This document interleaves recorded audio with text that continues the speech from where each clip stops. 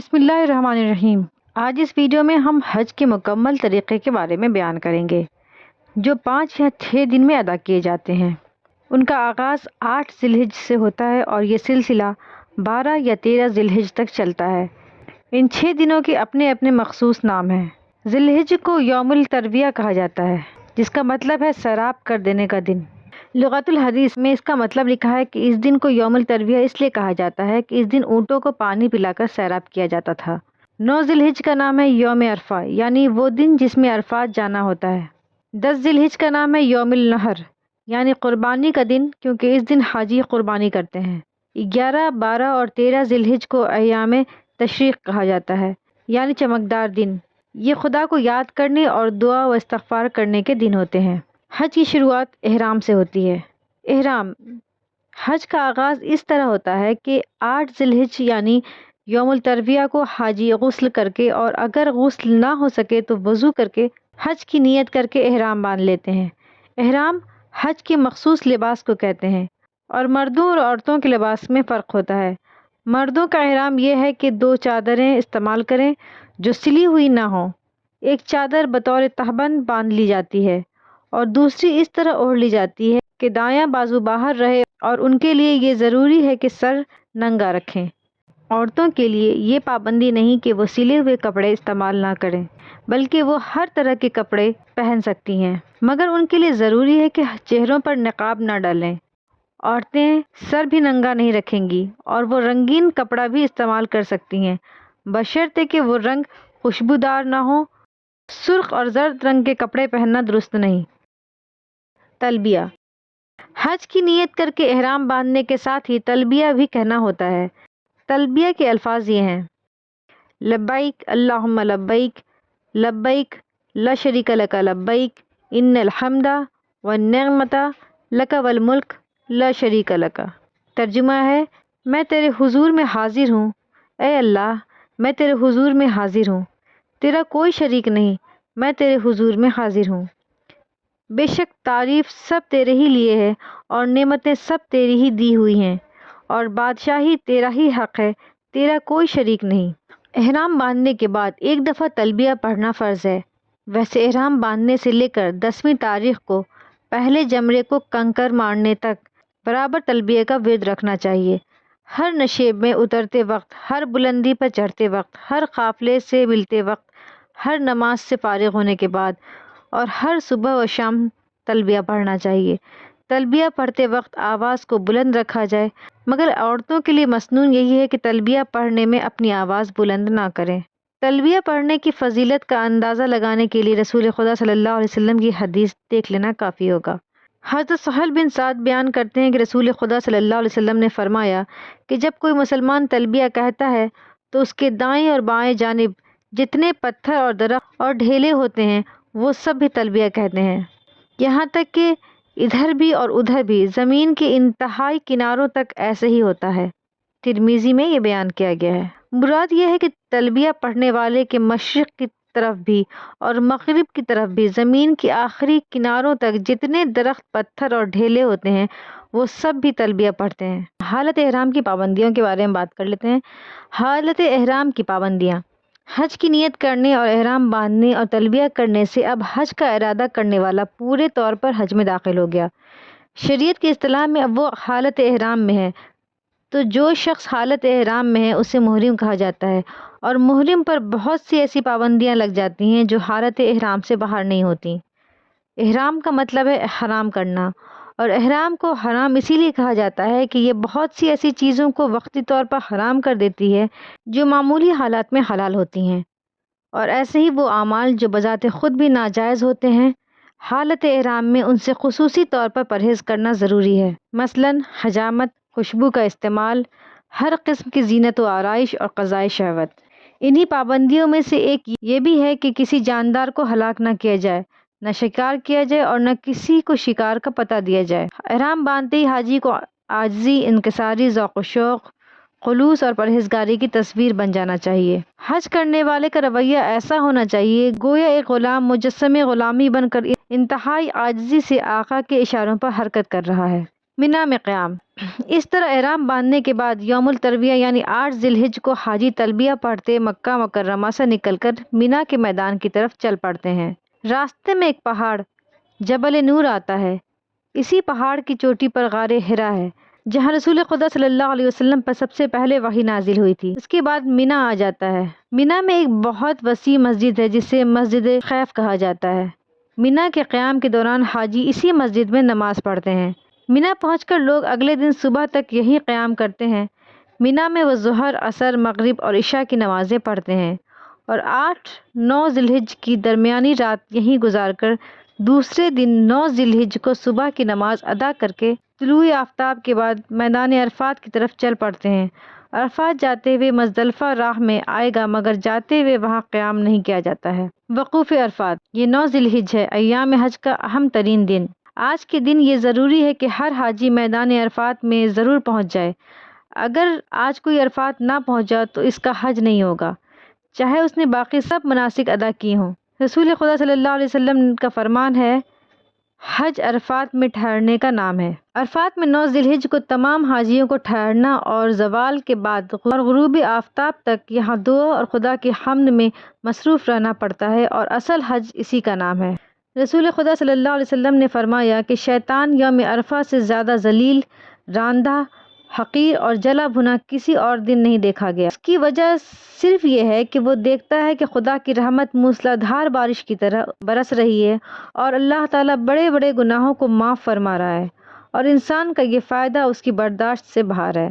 رسول خدا صلی اللہ علیہ وسلم نے فرمایا کہ جب عرفے کا دن ہوتا ہے تو اللہ تعالیٰ آسمان دنیا یعنی پہلے آسمان پر اتر آتا ہے اور فرشتوں کے سامنے میدان عرفات میں حاضر ہونے والے اپنے بندوں پر فخر کرتا ہے اور فرماتا ہے کہ میرے بندوں کی طرف دیکھو، یہ پراگندہ بال، گرد آلود، ہر دور کی راہ سے لبیک لبیک پکارتے میری خدمت میں حاضر ہوئے ہیں۔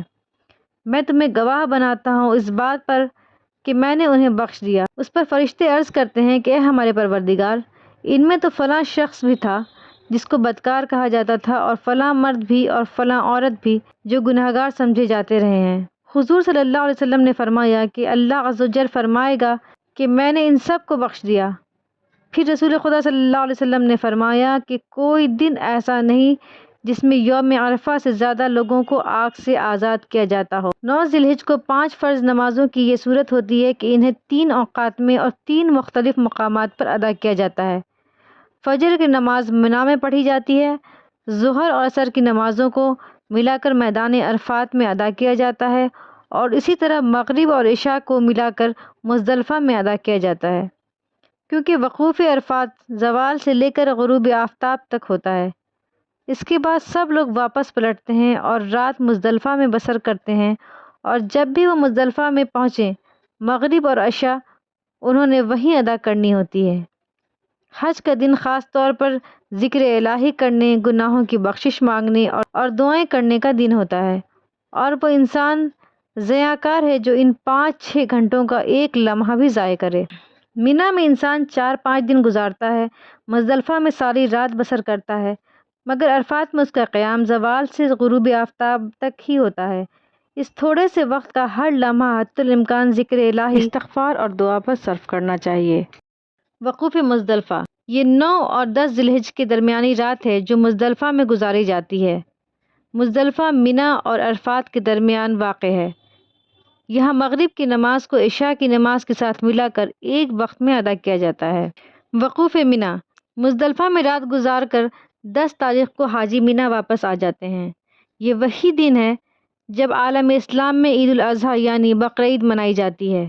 حج کرنے والوں کے لیے آج کا دن بہت مصروف دن ہے۔ آج انہیں کئی مناسک ادا کرنے ہیں، مثلاً جمرہ عقبہ کو کنکر مارنے ہیں، قربانی کرنی ہے، بال اتروانے ہیں۔ عورتوں کے لیے یہ ہے کہ صرف تھوڑے سے بال کاٹ لیں، احرام اتارنا ہے، طواف کرنا ہے، صفا و مروہ کی سعی کرنی ہے۔ ان میں سے پہلے 4 کام تو میدان مینا میں ہی ہوں گے اور آخری 2 یعنی طواف اور سعی کرنے کے لیے کچھ دیر کے لیے مکہ مکرمہ جانا ہوگا۔ رمی، مینا میں آ کر پہلا کام یہ ہے کہ بڑے شیطان یعنی جمرہ عقبہ کو کنکر مارنے ہیں، جسے رمی کہتے ہیں۔ کنکر 7 کی تعداد میں مارے جاتے ہیں۔ 10 تاریخ کو صرف جمرہ عقبہ کو کنکر مارے جاتے ہیں اور 11, 12 اور 13 کو تینوں جمعرات کو 7 کنکر مارے جاتے ہیں۔ یہ کنکر نہ تو بہت بڑے ہونے چاہیے اور نہ بہت چھوٹے، اندازاً چنے کے دانے کے برابر کنکر ٹھیک سمجھے جاتے ہیں۔ 7 کنکر مٹھی میں بھر کر ایک ہی بار پھینک دینا درست نہیں، بلکہ ہر کنکر کو علیحدہ علیحدہ مارا جائے۔ کنکر کو تاک کر مارنا چاہیے اور ہر کنکر کو مارتے وقت اللہ اکبر پڑھا جائے۔ قربانی۔ رمی کے بعد قربانی کرنی ہے، جو اسماعیل علیہ السلام کی قربانی کی یادگار ہے۔ قربانی اگرچہ ذو الحج کی 10، 11 اور 12 تینوں تاریخوں میں کی جا سکتی ہے، مگر فضیلت والی بات یہ ہے کہ 10 تاریخ ہی کو قربانی کر لی جائے۔ قربانی کے بعد سر کے بال اتروائے جاتے ہیں اور پھر احرام کھول دیا جاتا ہے۔ مرد اپنے بال منڈوا لیتے ہیں یا تراشوا لیتے ہیں، دونوں باتیں جائز ہیں، مگر منڈوانا زیادہ فضیلت کی بات ہے۔ صحیح بخاری میں اسی مضمون کی ایک اور حدیث بھی بیان ہوئی ہے، جس میں حضور اکرم صلی اللہ علیہ وسلم نے رحم فرما کے بجائے بخش دے دعا کی ہے۔ اس حدیث میں بیان ہوا کہ حضور صلی اللہ علیہ وسلم نے 3 دفعہ یہ فرمایا، اے اللہ سر منڈوانے والوں کو بخش دے۔ صحابہ رضی اللہ عنہ ساتھ ساتھ کہتے گئے، اور بال ترشوانے والوں کو بھی یا رسول اللہ۔ تو چوتھی دفعہ آپ صلی اللہ علیہ وسلم نے فرمایا، اور بال تراشوانے والوں کو بھی۔ اس سے نتیجہ یہ نکالا گیا ہے کہ حاجی کے سر منڈوانا زیادہ فضیلت والی بات ہے، اگرچہ بال تراشوانا بھی درست ہے۔ بال منڈوانے کو حلق کہا جاتا ہے۔ بال منڈوانے یا سارے بال ترشوانے کا حکم صرف مردوں کے لیے ہے، عورتوں کے لیے اتنا کافی ہے کہ ذرا سے بال کاٹ کر رسم پوری کر لیں۔ طواف۔ اب حاجی کے لیے ضروری ہے کہ کچھ دیر کے لیے مکہ مکرمہ جائے اور جا کر خانہ کعبہ کا طواف کرے اور صفا اور مروہ کے درمیان سعی کرے۔ یہ مناسک ادا کر کے اس نے پھر منی واپس آ جانا ہوگا۔ طواف کرنے کا طریقہ یہ ہے کہ حجر اسود کو چوم کر وہاں سے دائیں طرف طواف شروع کیا جاتا ہے۔ ایک چکر پورا کر کے دوبارہ جب حجر اسود آ جائے تو پھر اسے چوما جائے اور دوسرا چکر پورا کیا جائے۔ طواف کے ہر چکر کو ایک شوط کہا جاتا ہے۔ اس طرح جب 7 شوط پورے ہو جائیں تو ایک طواف ہوگا۔ ہر چکر میں استلام کرنا ہے۔ استلام یہ ہے کہ حجر اسود کو چومنا ہے اور خانہ کعبہ کے جنوب مغرب کونے کو، جسے رکن یمانی کہا جاتا ہے، چھونا ہے۔ خانہ کعبہ کے باقی دونوں کونوں، رکن عراقی اور رکن شامی کو نہ بوسہ دیا جاتا ہے اور نہ چھوا جاتا ہے۔ طواف کر لینے کے بعد مقام ابراہیم کی طرف جا کر 2 رکعت نماز پڑھی جاتی ہے۔ اس طرح گویا ایک طواف مکمل ہوتا ہے، یعنی ایک طواف کرنے کے لیے خانہ کعبہ کے گرد 7 چکر لگائے جاتے ہیں، اور ممکن ہو تو ہر چکر میں حجر اسود اور رکن یمانی کو چوما جائے اور آخر میں مقام ابراہیم پر 2 رکعت نماز پڑھی جائے۔ طواف حج کے ایک خاص اور بہت زیادہ فضیلت والی عبادت ہے۔ طواف کئی اقسام کا ہوتا ہے، مثلاً طواف قدوم، طواف زیارت، طواف وداع۔ طواف قدوم یہ وہ طواف ہے جو مکہ مکرمہ میں داخل ہو کر سب سے پہلے کیا جاتا ہے۔ اس کو طواف تحیہ بھی کہتے ہیں، اور اس کا ایک اور نام طواف القاء بھی ہے۔ طواف زیارت یہ وہ طواف ہے جو حج کے دوران 10 ذی الحج کو منی سے مکرمہ آ کر کیا جاتا ہے۔ یہ حج کے ارکان میں سے ایک رکن ہے اور بہت ضروری ہے۔ اس کا نام طواف حج اور طواف افاضہ بھی ہے۔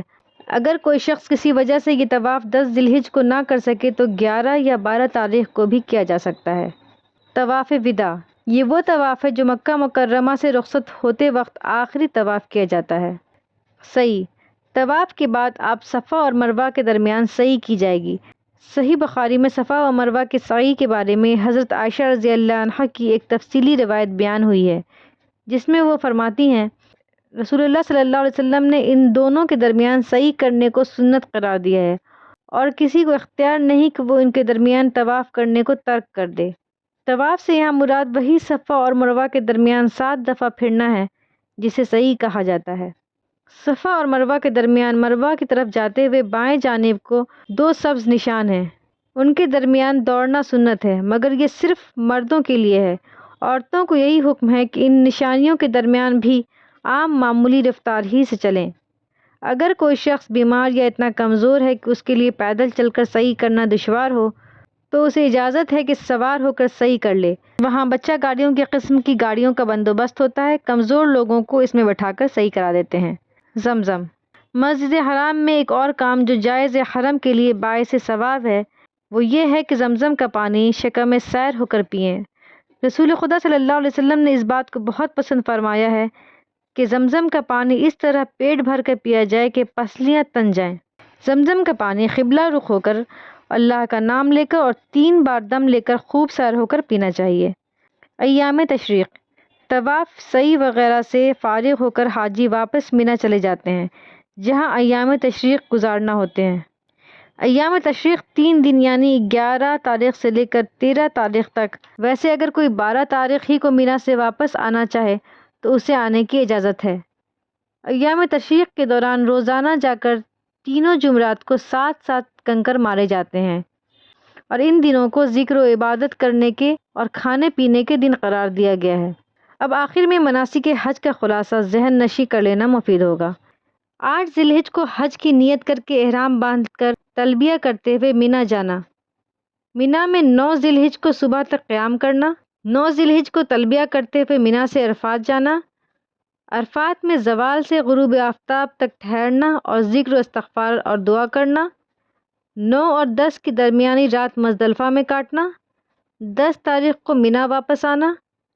جمرہ عقبہ کی رمی کرنا، قربانی کرنا، بال اتروانے، احرام اتار دینا، طواف زیارت اور سعی کرنا۔ 11، 12 اور 13 تاریخ کو مینا میں ٹھہر کر عبادت کرنا اور روز تینوں جمعرات کو کنکر مارنا۔ 12 یا 13 تاریخ کو مینا واپس آ جانا۔ یہ وہ مناسک ہیں جن کے مجموعے کو حج کہا جاتا ہے۔ صدق اللہ العظیم۔ Thanks for watching. Don't forget to like, comment, share and subscribe to